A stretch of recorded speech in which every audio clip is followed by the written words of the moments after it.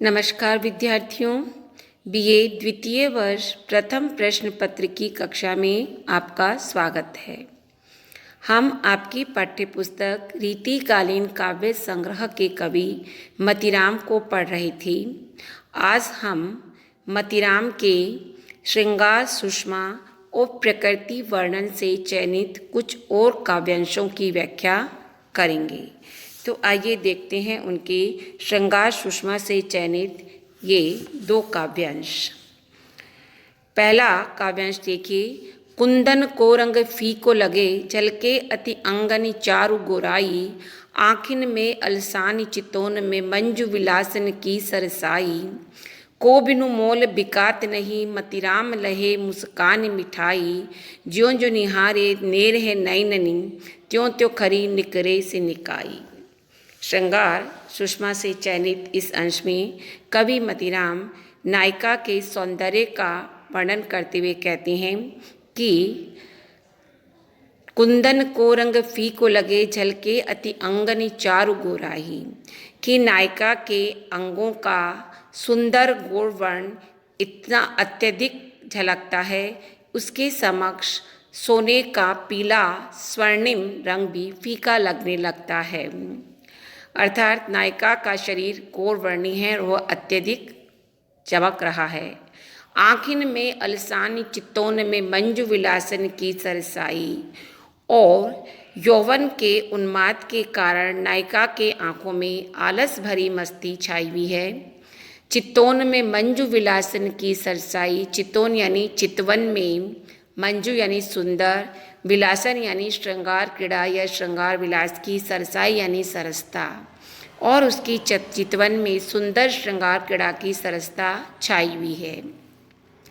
को बिनु मोल बिकात नहीं, मतीराम लहे मुस्कान मिठाई, और उसके अधरों पर मधुर मुस्कान दिखाई देती है, जिसे देखकर ऐसा कौन है जो बिना मोल नहीं बिकता। बिना मोल बिकना एक मुहावरे का प्रयोग है, जिसका अभिप्राय है कि उसकी मधुर मुस्कान के आगे सभी अपना हृदय हार बैठते हैं। ज्यों ज्यों निहारे नेर है नैनी, त्यों त्यों खरी निकरे से निकाई, और इतना ही नहीं, इनका नेत्रों का सौंदर्य भी अद्वितीय है। इसलिए कवि कहते हैं कि ज्यों ज्यों निहारे नेर है नैननी, कि जैसे जैसे निकट से उसके नेत्रों को देखते हैं, त्यों त्यों खरी निकरे से निकाई, त्यों त्यों उसके नेत्रों का सौंदर्य और अधिक निखर कर सामने आता है। अर्थात कहने का अभिप्राय है कि नायिका का संपूर्ण शरीर जो है वो सौंदर्य से परिपूर्ण है।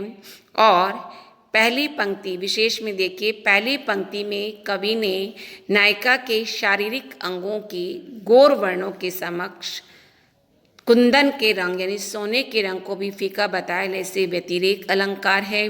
आंखनी में अलसानी में अवर्ण 2 बार आया है, इसीलिए 6 का अनुप्रास अलंकार है। इसी प्रकार से मतीराम मुस्कान मिठाई में वृत्त्यनुप्रास अलंकार है। ज्यों ज्यों त्यों त्यों में अनुप्रास 6 का अनुप्रास तो है ही, साथ ही पुनरुक्ति प्रकाश अलंकार भी है, और बिनु मोल बिकान मुहावरे का प्रयोग कवि ने किया है। इस अंश में हम देखते हैं कि सामान्यतः रीतिकालीन कवि नायिका के सौंदर्य का अतिशयोक्तिपूर्ण वर्णन करते हैं, परंतु यह वर्णन में यह ऊहात्मकता या अतिशयोक्ति नहीं दिखाई देती। यह नायिका के सौंदर्य का स्वाभाविक वर्णन दिखता है। इसका अगला अंश देखिए।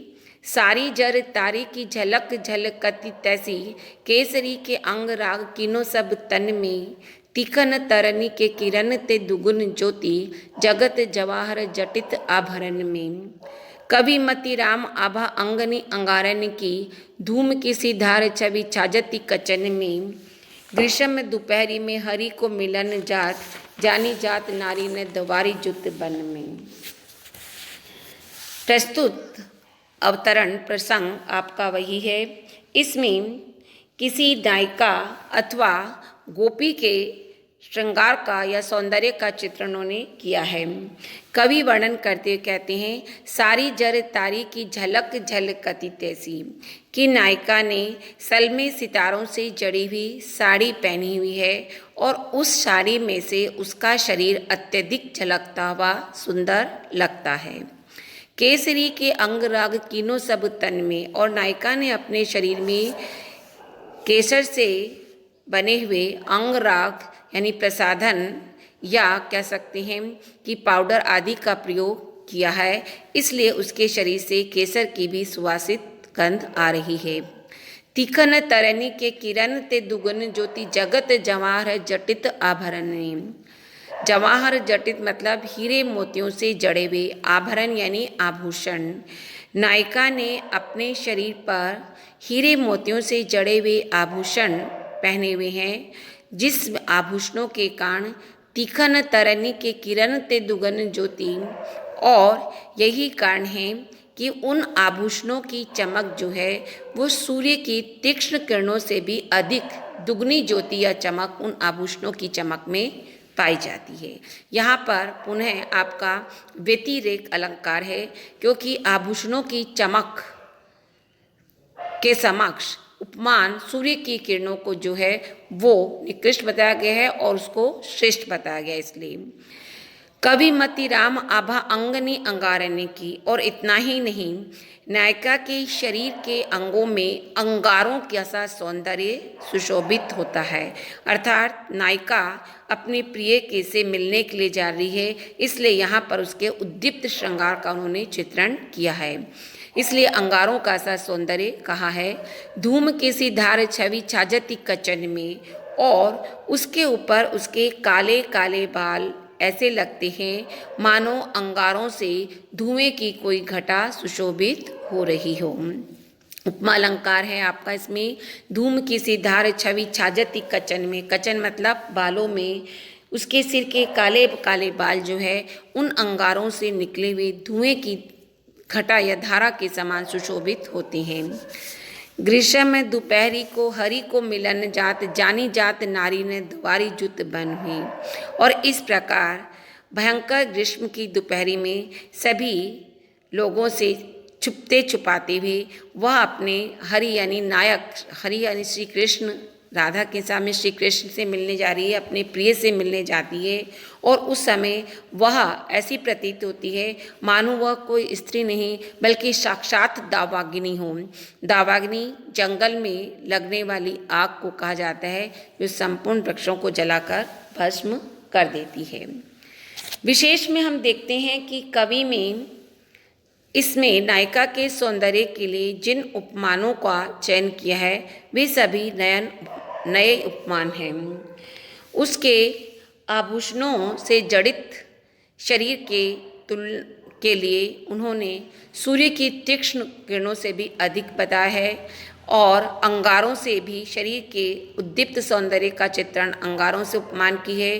बालों के सौंदर्य का चित्रण उन्होंने धुएं की घटा से किया है, और साक्षात नारी यानी नायिका की तुलना उन्होंने दावाग्नि से की है, और यह बिल्कुल नवीन एवं सार्थक बनकर हैं, क्योंकि नायिका अभी उद्दीप्त अवस्था में है, वह अपने प्रिय से मिलन के लिए जा रही है।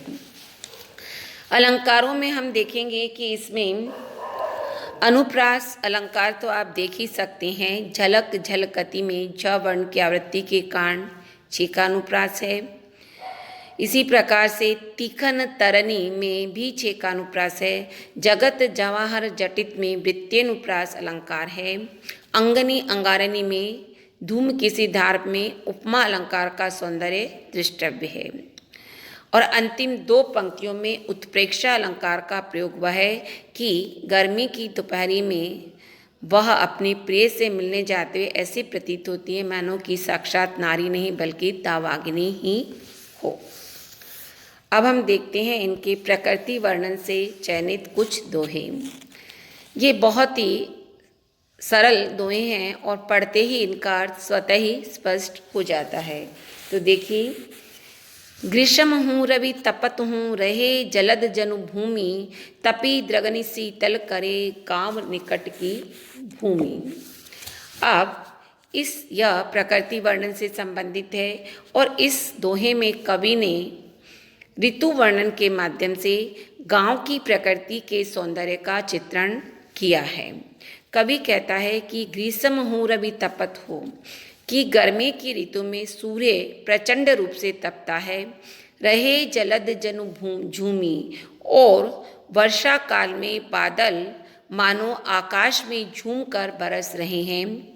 तपी द्रगन शीतल करे गांव निकट की भूमि, और ऐसे में गांव के समीप की भूमि, ग्रीष्म में तपी हुई गांव के समीप की भूमि तपी हुई आंखों को वर्षा काल में शीतलता प्रदान कर देती है। अलंकारों में आपका अनुप्रास अलंकार कह सकते हैं आप, और ग्रीष्म ऋतु के अंत और वर्षा ऋतु के आगमन की ओर कवि ने इसमें संकेत किया है और उसी का चित्रण, प्राकृतिक चित्रण किया है। दूसरा दोहा देखिए, भौर भांवरे भरत है कोकिल कुल मंडरात, या रसाल की मंजरी सौरभ शुभ सरसात। बसंत काल के प्राकृतिक सौंदर्य का वर्णन करते हुए कवि कहते हैं कि बसंत ऋतु के आगमन पर भौर भांवरे भरत है। भांवरे जो है, भांवरे यानी चक्कर काटते हैं, कि भांवरे जो है वो पुष्प गुच्छों पर चक्कर काटते हैं। कोकिल कुल मंडरात, ओ कोयलों का समूह भी फूलों के गुच्छों पर मंडराता रहता है।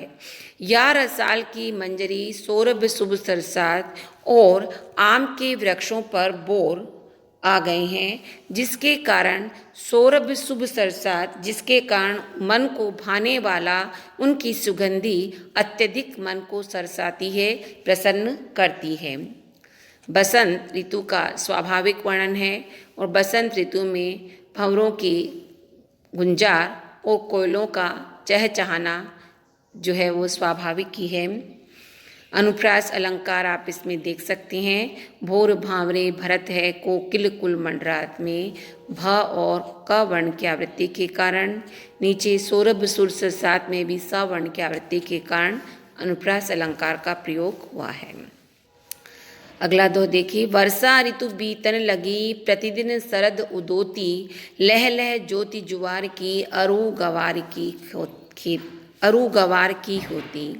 इस दोहे में कवि मतीराम वर्षा काल में शरद ऋतु का वर्णन करते हुए और वर्षा ऋतु में उत्पन्न खेती का वर्णन करते हुए कहते हैं कि वर्षा ऋतु बीतन लगी, कि अब वर्षा ऋतु बीतने लग गई है, और प्रतिदिन शरद उतोती, और शरद ऋतु आरंभ हो गई है।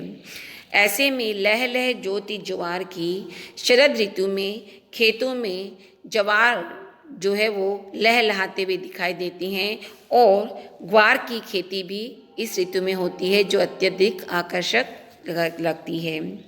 अलंकारों में आपका इसमें अनुप्रास अलंकार का ही सौंदर्य है और शरद ऋतु में उत्पन्न खेतों की शोभा, खेतों की पैदावार का उन्होंने सुंदर वर्णन किया है।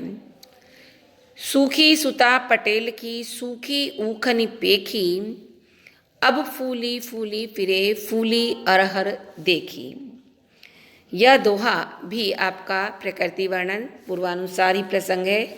इसमें कवि मतीराम ने पटेल यानी किसान की पुत्री की मनस्थिति का वर्णन किया है। किसान का जीवन सामान्यतः वर्षा या खेती से ही जुड़ा रहता है। अपनी खेती को लहलहाते हुए देखकर वो प्रसन्न हो जाते हैं, वहीं सूखी खेती को देखकर उदास हो जाते हैं। इसी की ओर कवि संकेत करता कवि कहता है, सूखी सुता पटेल की सूखी ऊखनी पेखी। ऊखनी मतलब गन्ने की खेती। सूखते हुए गन्नों को देखकर किसान की पुत्री सूख गई है, अर्थात उदास हो गई है, दुखी हो गई है। परंतु जैसे ही शरद ऋतु आती है वैसे ही अरहर खिल उठती है और उस विकसित या खिली हुई अरहर को देख करके फूली फूली फिरे और वह प्रसन्नता से घूमती फिरती है। अब उसकी प्रसन्नता का कोई ठिकाना नहीं है। इसमें कवि ने कहा है कि ऋतु वर्णन के साथ ही जब फसल लहलहाने लगती है तो किसानों के परिवार भी प्रसन्न हो उठते हैं। इसमें कवि ने पुनरुक्ति, प्रकाश और यमक अलंकार का प्रयोग किया है। पहली पंक्ति में सूखी, सुथा और सूखी उखनी में सूखी, पहली सूखी का अर्थ है दुखी या उदास और दूसरी सूखी का अर्थ है सूखी हुई, मुरझाई हुई। इसी प्रकार से फूली, फूली, फूली फिरे, पहली फूली, फूली का अर्थ है प्रसन्न और दूसरी फूली का अर्थ है विकसित या लहलहाती हुई, विकसित अरहर की पोत को देखकर वह प्रसन्न हो उठती है। अगला और अंतिम दोहा देखिए। ग्रीष्म ऋतु की दोपहरी चली बाल बन कुंज, अंग लपई तीचन लुए मलय पवन के पुंज। इसमें कवि मतिरान में ग्रीष्म ऋतु के दोपहरी का सुंदर वर्णन किया है कि किस प्रकार से ग्रीष्म की भयंकर दोपहरी में शरीर जो है वो पसीने से लथपथ हो जाता है। ऐसे में एक कन्या उससे बचने के लिए वन उपवन में बने हुए कुंजों में चली जाती है। तो देखिए, ग्रीष्म ऋतु की दोपहरी में चलने वाली तीक्ष्ण लूहों से शरीर के अंग लपही मतलब शरीर के अंग पसीने से लथपथ हो जाते हैं।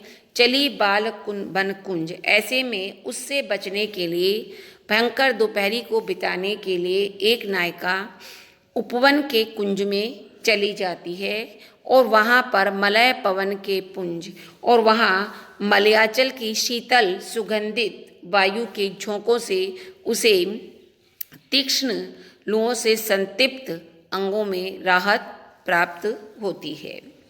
विशेष में आप कह सकते हैं कि